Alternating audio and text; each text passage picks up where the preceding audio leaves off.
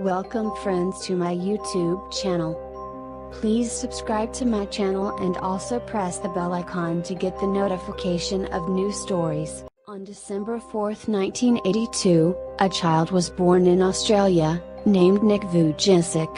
Nick Vujicic was as healthy as other children, but there was a lack of them. They were born with a rare disorder named phocomelia, due to which they did not have both hands and feet. The doctors were wondering why Nick Vujicic did not have the hands.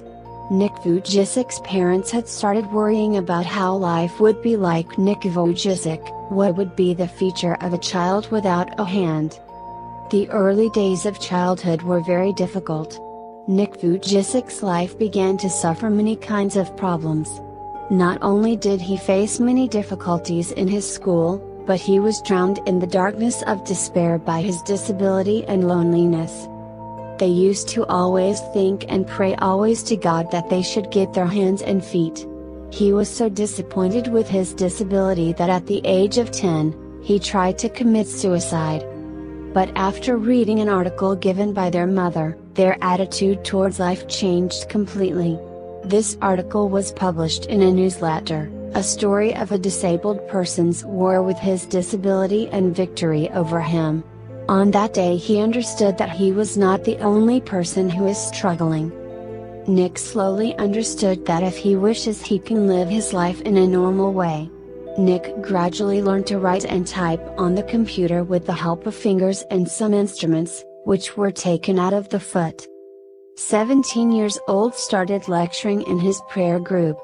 At the age of 21, Nick graduated in accounting and finance and started his career as a motivational speaker. He made his company Attitude is Attitude and slowly began to recognize Nick Vujicic as one of the inspirational speakers in the world, whose own life is a miracle in itself. He has also created a non-profit organization called Life Without Limbs to give a message of inspiration and positiveness.